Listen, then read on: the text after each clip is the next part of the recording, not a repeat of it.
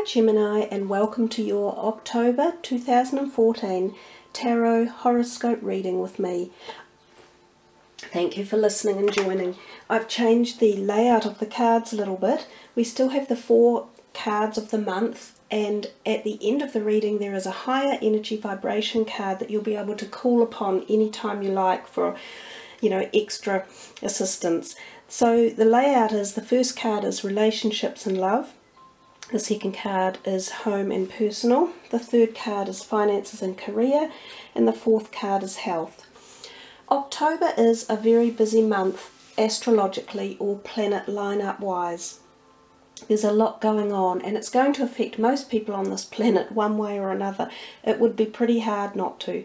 We have 2 eclipses, one solar and one lunar, and we have the Mercury retrograde as well. So eclipses tend to have quite a long-lasting effect. They can be up to 6 months, and they're often about purging out old stuff that you've stashed away in the back of a cupboard or hidden away in boxes that you don't want to think about, but that we need to address one way or another. And these come bubbling up to the surface, and you might suddenly go, oh, why has that come back up again, or why am I thinking about this? It's because you have to. And change inevitably, and readdressing situations and thoughts and thinking about change and moving forward does exactly that. It gets us to the next level. Without change we would never grow, we would never learn, we would stagnate. And what's the point of that? You probably may as well not be alive, because life in essence is change. Every minute of life is change. So these eclipses help to bring in change at quite deep levels, and some people do find it a little bit traumatic and others embellish it. It's an individual choice. So anyhow, let's look at your cards.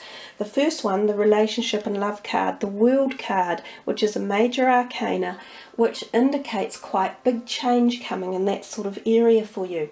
It's a neat card. It's quite a busy, positive card, and it sort of suggests that if you do any travelling, you may meet new people while you travel that have a long-term effect for you. You may even meet a new romantic type person on your travels, and you may come across people who are of different culture or belief systems to you that open you up a little bit, or get you thinking along new lines. There's all those types of possibilities. When the World card turns up, it's often a sign saying things aren't going to stay the same here. There's a whole big wide world out there full of amazing wonders, and you're going to be awoken to them. Some of the other things are, if you're in a committed relationship, this committed relationship may show signs of a higher and better renewal level again, or more happiness or contentment around it. But things generally could be quite interesting for the month of October in this whole area of love, friendships, romances and companionships at all levels. This can be a real spiritual connection involved, even with friendships, that you might meet people who you just feel this lovely connection to. And there's even a possibility of love affairs one way or another. Okay, so if we move on to the next card, the Queen of Wands, for the home and personal, she is a very fertile feminine energy. And again, so we're kind of still on this whole feeling here of flowing around this energy. It's quite social and caring and creative, so October does feel quite a good month for you.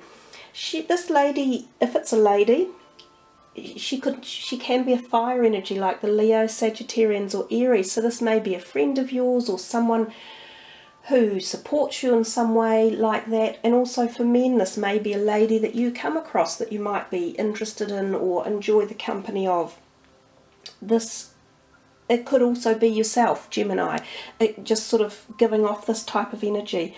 And this card often supports conception, and that can be pregnancies, and it can be conception of new ideas.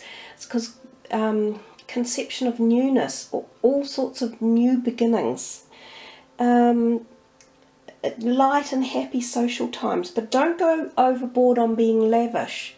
Just still monitor how it is. Don't go out having, you know, wild random parties all the time, because that's probably not going to benefit anyone or your bank account. But there's definitely lightness there for you to have a bit of social adventure in October. And if we come to the next card, the finances and career, the Ace of Cups, it's a beautiful card, and all aces are positive omens. And often this Ace of Cups can be associated again with friendships or the heart chakra, the love feeling. So again, we're rolling through that whole symphony of love feeling for you somehow in this month of October. And it doesn't always mean romance. Remember, love is also about loving yourself too. So anyhow, regards your finances, it feels as though there's something new coming, and it could be creative again. If you are looking for a new job, there's good possibilities that you'll find one. If you're having trouble finding one, keep looking. Don't give up. There's opportunities are coming. If you're looking for extra work, you may be given extra work, which could be a great way to get your income up. If you're already employed, you may even receive a promotion, or you'll get acknowledgement of the fact that you're appreciated in your job. So they're fairly positive omens that for you, for your career. Possibly change, and possibly positive change coming. Now the Page of Cups, if we look at for health, this card, it's a bit odd, isn't it? He is there holding a cup, and he's looking at this fish. It's as if he's listening to the fish. And this is about listening. Listening to what your body is telling you. Now, most of us are a little bit lax at doing that, because our body is one of our biggest indicators of what's happening to us.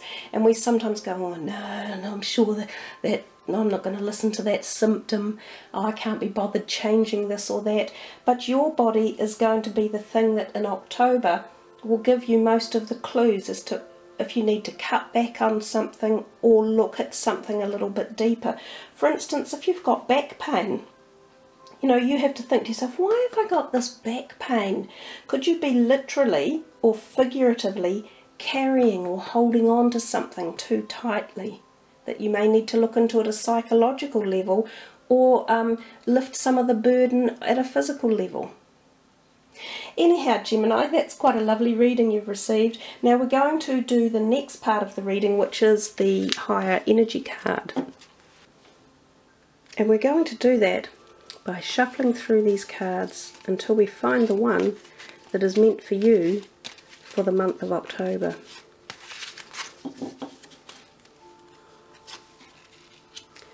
And you've received Raphael, the higher vibrational green and gold flame of cleansing.